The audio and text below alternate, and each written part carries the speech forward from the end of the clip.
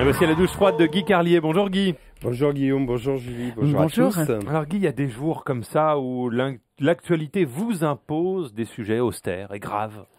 Oui, tout à l'heure, Guy Birenbaum, passant dans la rédaction, m'a dit « Tu parles de Madame Brunel ?» Non, je ne vous parlerai pas de Madame Brunel. Trop facile. Puis en plus, le plus humiliant dans cette affaire, c'est qu'on a la désagréable sensation d'être pris pour des cons. Marine Le Pen surfe sur les sondages, alors l'UMP fait surenchère avec Brunel. C'est médiocre, vulgaire, nuisible à la politique et au bout du compte, la manœuvre est tellement grossière qu'elle profite au Front National. Venons-en donc à des choses sérieuses et graves. Il y a 2 ans, un journaliste très connu m'a invité à déjeuner.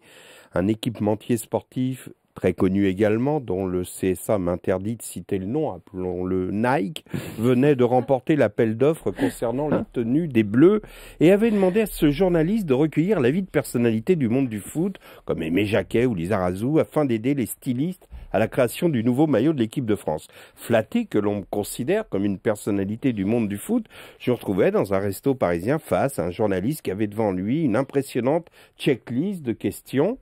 Quels étaient les maillots des Bleus dans le passé qui m'avaient le plus marqué, ceux que je détestais? On avait bien rigolé au souvenir de ces maillots Adidas des années 90, les blancs avec des espèces d'appoggiatures bleues et rouges sur les épaules, ou celui avec les damiers qui descendaient sur les côtés. Bref, la volonté de Nike, c'était de retrouver un maillot sérieux, marquant bien l'identité française.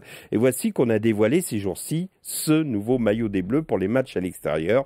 Et là, le choc, il s'agit d'une marinière, une vraie marinière, comme on en trouve dans les magasins, des stations balnéaires qui étalent sur le trottoir leur achalandage de filets de pêche au moule, de ballons de plage, ces ensembles pour châteaux de sable avec le seau, la pelle, le râteau en plastique.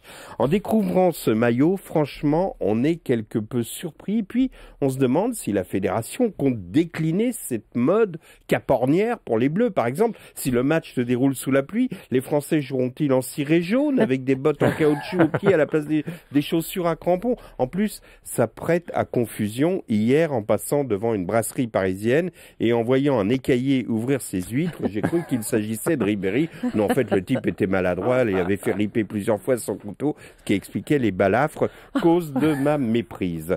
On s'interroge sur l'aspect maritime de ce maillot. Est-ce que la fédération a voulu rendre hommage aux morues et aux thons que fréquentent assidûment les joueurs de l'équipe de France? Est-ce que le fait de porter un maillot destiné à la pêche au moule a un rapport avec les sorties nocturnes de Ribéry? Nul ne le sait. Ou bien, cette marinière, qui est un symbole de la culture gay, constitue un hommage au film Querelle de Brest, je sais pas, le roman de Genet, donc adapté au cinéma par Fassbinder, ou bien Jean-Paul Gaultier. Enfin, la Fédération française de foot, peut-être, sentant le vent tourner, a voulu donner un gage à Marine Le Pen, qui décidément a tous les succès en ce moment. Mais la remarque la plus surprenante sur ce maillot, c'est vous, Guillaume, qui me l'avez faite ce matin. Vous m'avez dit, mais sur nos écrans, ça va laisser des traînées. Non, non, je vous rassure, on ne verra pas les traînées des joueurs de l'équipe de France sur nos écrans. Zaya et ses copines resteront sagement dans les hôtels des Bleus. C'était pas celle-là, mais bon. Tout ce que je viens de dire n'est qu'un exercice de style, parce qu'au fond, je l'aime bien, ce maillot. Je trouve original et pour tout dire assez classe.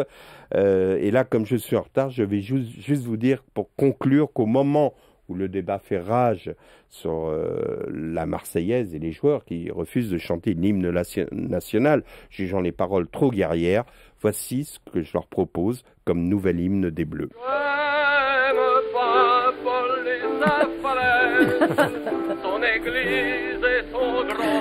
Rien de plus moderne, Guy Carlier. La Pimpolaise. Merci beaucoup, la douche froide de Guy Carlier tous les matins sur Europe 1.